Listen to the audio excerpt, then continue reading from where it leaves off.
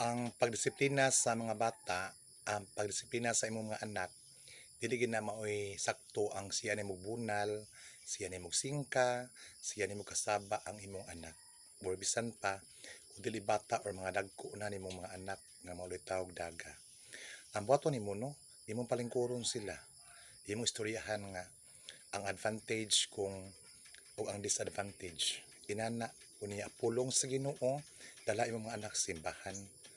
Nga pulong sa Ginoo mo ipairal ang word of God. Mo na labing importante.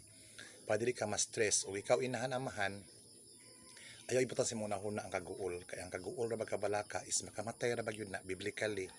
Ang buhaton jud nimo, kinahanglan nga mag-ampo ka sa walay hunong.